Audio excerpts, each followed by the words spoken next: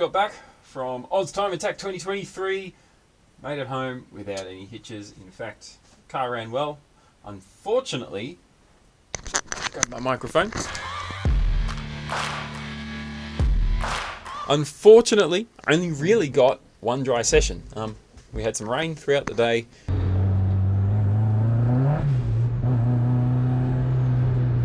So the very first session in the morning was the only session where the open cars got any proper dry running. I kind of knew that. We were looking at the forecast. You could see rain was on the way for the day.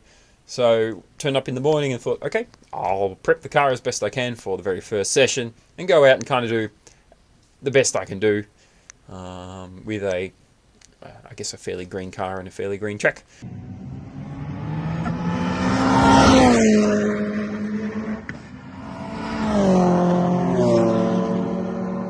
Managed to do a 1:29.2 at Winton Raceway. My best there previously was a 28.9, so within 0.3 or so, which is not bad considering they were cold tyres, so had to bring them up to temp, up to pressure.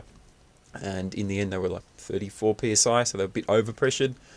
So it is what it is. We had a yellow flag during the session. The gas Evo went off track for some reason or another. So that caused a bit of a yellow flag, chopped up a bunch of time. In the end, managed to get back out onto track straight after the Evo was recovered and did one single lap, and it was enough to get me into second place in open class. And then, because the rest of the day was rained out, no one could really go any faster. And because, I guess, the early morning session was the only dry session and a lot of people weren't really pushing, ended up walking away with that second place sticking for the rest of the day. Which, it wasn't the fastest car. There were some way faster cars even in Club Sprint, but it still netted me second place in open class and fastest rear-wheel drive in open class, which is pretty cool. So I was pipped by the 311 Evo. They took first place in open, and there was a pro class car there, and a WRX from Goddard Rex. That thing was blisteringly fast and insanely looking, and probably a lot of money in it. There's a team of like 8 dudes running the car for the day. That thing took overall fastest car of the day, I'm pretty sure. There was also a WRX in Club Sprint class with like a sequential gearbox. It looked amazing, but man, the thing was quick.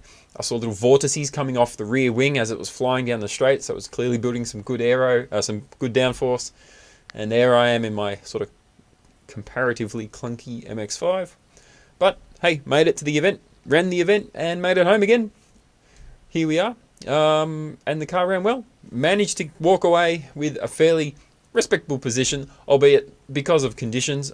Undoubtedly, I wouldn't have held on to that second place if we had one more dry session, but we just didn't. There was a few times there where the car or the track was drying out. A few other groups, some of the other, say like Club Sprint class and Prod Sprint class, were getting dry runs. Then we were queued up ready to go out on track. And the sprinkling came, and then the storms came, and then it got very heavy with the rain by the end of it. By the end of the day, there were cars out there having a lot of fun in the wet, but they were not going fast. And credit to John Boston and Winton for letting people out there go very sideways, to be frank. They were drifting around that circuit, and it looked like they were having a hell of a lot of fun. That's pretty much the wrap-up for AusTimeAttack 2023. Not a lot happened, which is kind of good. Sometimes it's good to have a quiet one. Probably wanted a little bit more track time. I've come home with a bunch of jerry cans of fuel here next to me that I'd rather have used. So they'll have to sit on the shelf for a few weeks until the next event. But the car is running pretty much as happy as it always usually is. The gearbox is actually silky smooth compared to the other one. So clearly the other one was on its last legs. This gearbox felt and ran great. I almost don't want to take it out and play with it because it is working well, but I have some plans to hopefully build myself a stronger box. Staying Mazda, staying 6-speed, staying original MX-5 gearbox, but we're going to see what we can do to spend a little bit of money, but not too much money, to make it last a bit longer. Other than that, the car works great. Shocks worked fine. I didn't play with them. So the new shock works. They did their job, kept the car off the ground. And otherwise, the car, it holds up pretty well. The engine's pretty stout. Fuel system all seems to be pumping fuel into the engine quite happily. Turbo seems to be happy. So it all seems to be a fairly well-oiled machine at this point. Just needs to be driven more. There's definitely more time at Winton. I just need a nice clean lap, get myself some good practice in. The other thing that ran well was the GPS timer. Seemed to work good. I'll pull the data off shortly and have a look if it's accurate and lap times match up with our official timing. And I'm hoping all of that jaggy speed that I was getting and inconsistent data is gone away, and this new GPS is working great. So I'll check that out momentarily. Nonetheless, thanks very much for watching. Thanks for your support. So many of you are kind of wishing me well with the event, so I really appreciate that. And of course, I will get some more videos of the event on the YouTube channel as soon as I can. Not a lot of content, to be honest, because we didn't get a lot of track running. I got at least one dry session in the morning, which is a little bit haphazard because of, well, I was a rusty driver trying to push on cold tires, so, you know, please be lenient. And then one or two wet sessions afterwards where I did try and go out on track, but it just became too wet. The car doesn't like it. All the other cars didn't like it either.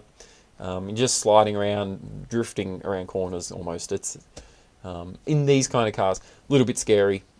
You know, the tires are too sticky and don't have a lot of grooves to evacuate water, so it's not worth the risk of ending up off track or in the wall or something. But yeah, that's it from me. That's it from the event. Thanks for watching. See you next time.